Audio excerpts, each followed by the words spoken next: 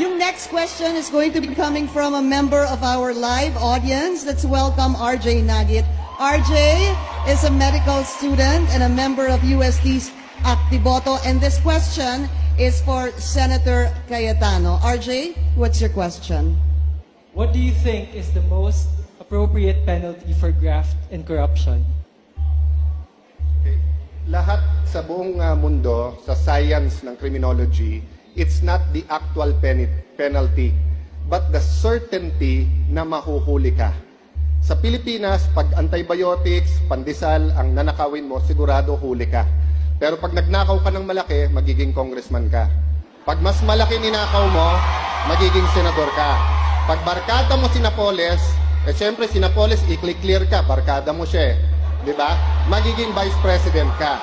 At pag naging presidente ka, mga kasama mo, kasama na sa corruption. You go to the LTO, kumuha ka ng lisensya, corruption.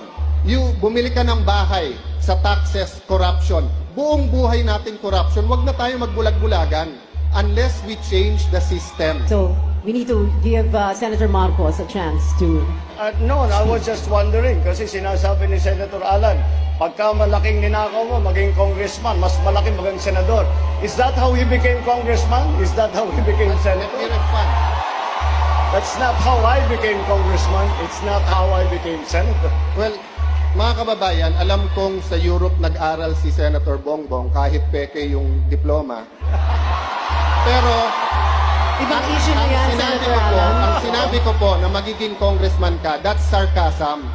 Because it applies to many, not to all.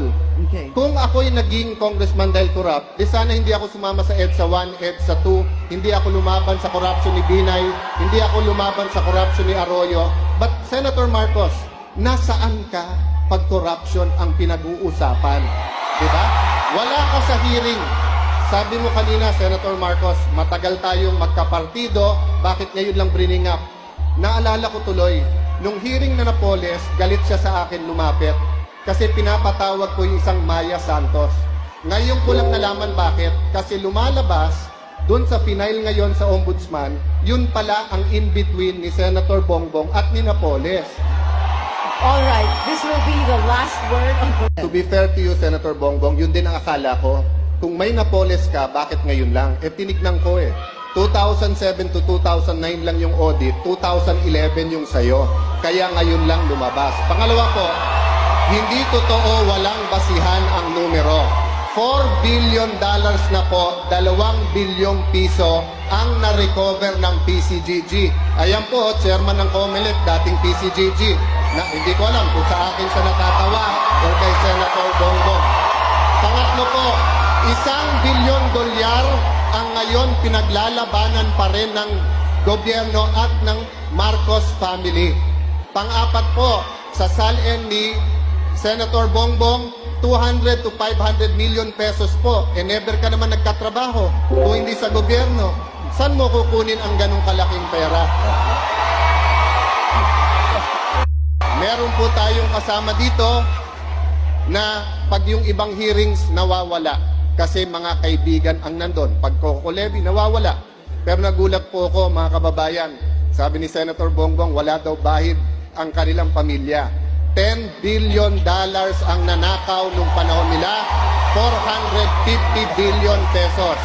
Nung isang linggo lang po, nagulat ako, 205 million po niligay sa Napoles na mga NGO. Pork barrel po yon ng hindi ng tatay niya, pero siya. Kung yun po ay hindi pa bahid politika, hintayin nyo maging vice president siya. Baka $100 billion na ang mawala sa atin. Alright.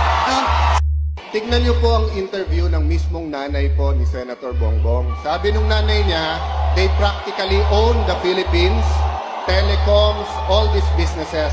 It's all on the record. I-google nyo, yung may telepono po ngayon, i-google nyo yung recovered ng PCGG. But ibahin natin usapan, sabihin nyo nang hindi totoo. For the sake of this debate, kahit totoo. Anong hearing sa corruption nakita nyo nag-appear ang isang Bongbong Marcos? Kahit anong issue sa corruption, wala siya doon. Kami daw namumulitika kasi nilalabas